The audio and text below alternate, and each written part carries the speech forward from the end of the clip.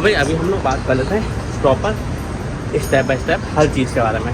जैसा कि आपने देखा, मैंने अपनी जर्नी स्टार्ट करी थी एयरपोर्ट से, डॉन मोइंग एयरपोर्ट, जिसको बोलते हैं DMK एयरपोर्ट, बैंकॉक से कुआलालंपुर।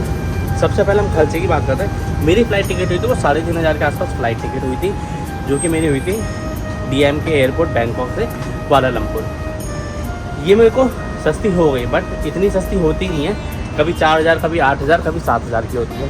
अब एक चीज़ और बताता हूँ, इसमें जो आपका बैगेज होता है वो सिर्फ 7 kg इंक्लूड होता है। अगर आपको 20 kg और लेना है तो उसको 3,000 रुपये एक्स्ट्रा देने पड़ते हैं। ये चीज़ याद रखना।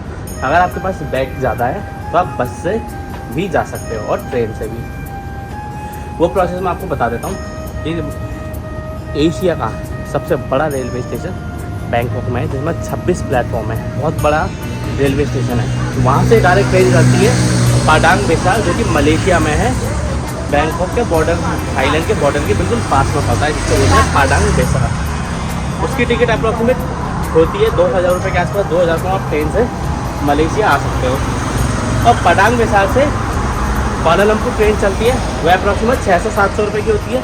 तो आप आराम से अंडर 3,000 आप बाई रोड आ सकते हो, अगर फ़्लाइट टिकट आपकी महंगी पड़ रही है तो। एक तो ये तरीका हो गया।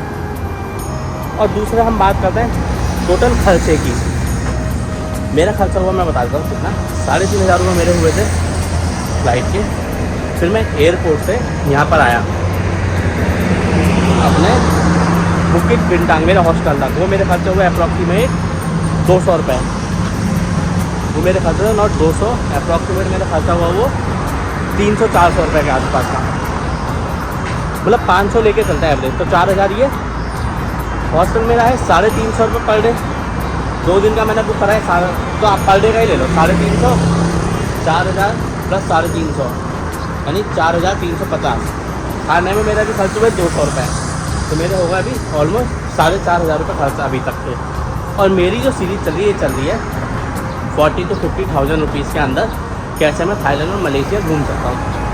तो अभी तक मेरा खर्चा हो चुका है, एक दिन का बताऊँ तो 4,500 रुपये।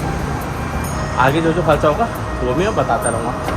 अब हम बात करते हैं वीज़ा की, इमिग्रेशन की। तो भाई मलेशिया का वीज़ा बहुत इजी हो चुका है, बहुत सिंपल है। अब हमें डायरेक्ट इमिग्रेशन की लाइन में लगना होता है और हमें वीज़ा ऑन अराइवल फ्री मिल जाता है। और अब मैं बताऊँ, इमिग्रेशन ऑफिसर कुछ भी नहीं पूछता इनके। ये तो चलो मेरी ट्रैवल हिस्ट्री इसलिए मुझसे नहीं पूछा, बट एक बंदे से पूछ रहे थे, तो मैं वो बता देता हूँ क्या क्या पूछते हैं।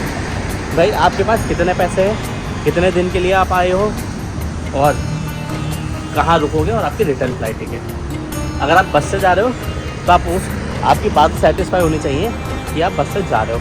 तो मैं बस से जा रहा था, मैंने बता दी थी। तो मेरी ट्रैवल हिस्ट्री, मैं पहले भी मलेशिया आ चुका हूँ और टाइमली निकल चुका हूँ, तो मुझे प्रॉब्लम आई नहीं। मैंने वीज़ा लिया है 3 दिन का, हालांकि उस पर लिखा होता है कि 30 दिन तक हम रह सकते हैं, बट वो नीचे लिख देते हैं डेट की, इस डेट को मैं निकलूँगा।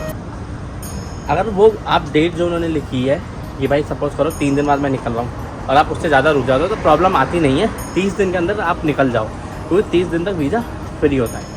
अब जो एरिया में मैं हूँ, इस एरिया को बोलते हैं बुकिट बिंटांग, जो यहाँ के सबसे पॉपुलर एरिया है, जो कि यहाँ का सेंट्रल एरिया है।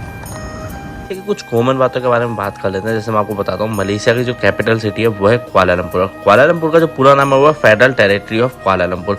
और मलेशिया का अगर पॉपुलेशन के बारे में बात करें तो मलेशिया की जो पॉपुलेशन है वो है 32 लाख, जिसमें 63% तो है इस्लामिक पीपल, और 18% है बुद्धिज़्म, 9% है क्रिश्चियन, और 6% है हिंदुज़्म, और 9% है अदर कैटेगरीज। इसे अगर कुछ हिस्ट्री के बारे में बताऊं तो मैं आपको, मलेशिया को जो आज़ादी मिली थी ब्रिटिश से 1957 में मिली थी। मलेशिया एक ब्रिटिश कॉलोनी हुआ करता था, और मलेशिया जो पार्ट है वो साउथ ईस्ट एशियन कंट्री है मलेशिया, और सिंगापुर के बाद मलेशिया साउथ ईस्ट एशिया की सबसे रिचेस्ट कंट्री है। और मलेशिया का और पीछे हिस्ट्री में जाओगे तो मैं आपको बताऊँ, मलेशिया पहले एक हिंदुज़्म कंट्री हुई करती थी, और 15th सेंचुरी में यहाँ पे इस्लामिक इन्फ्लुएंस आया था। 15th सेंचुरी के बाद मलेशिया एक इस्लामिक कंट्री बनी। मलेशिया के बारे में आपको एक चीज़ और बताता हूँ, मलेशिया अपना पॉपुलर है स्ट्रीट फूड के लिए भी बहुत। अगर आपको कुआलालंपुर की बात कराऊँ, जो कि मलेशिया की सबसे लार्जेस्ट सिटी है, और कुआलालंपुर में स्ट्रीट मार्केट आप देखोगे तो भाई बहुत ही ज़्यादा भीड़ आपको स्ट्रीट मार्केट में मिलेगी।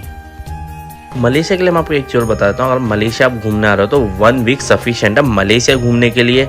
जिसमें आप घूम सकते हो मलेक्का, कुआलालंपुर और लंका भी। ये मैं आपको बता रहा हूँ 7 डे में आप जो कर सकते हो। अगर अप्रॉक्सीमेट अगर मैं खर्चे की बात बताऊँ, अगर आप इंडिया से डायरेक्ट मलेशिया आते हो तो 30 to 40,000 में आप मलेशिया घूम सकते हो।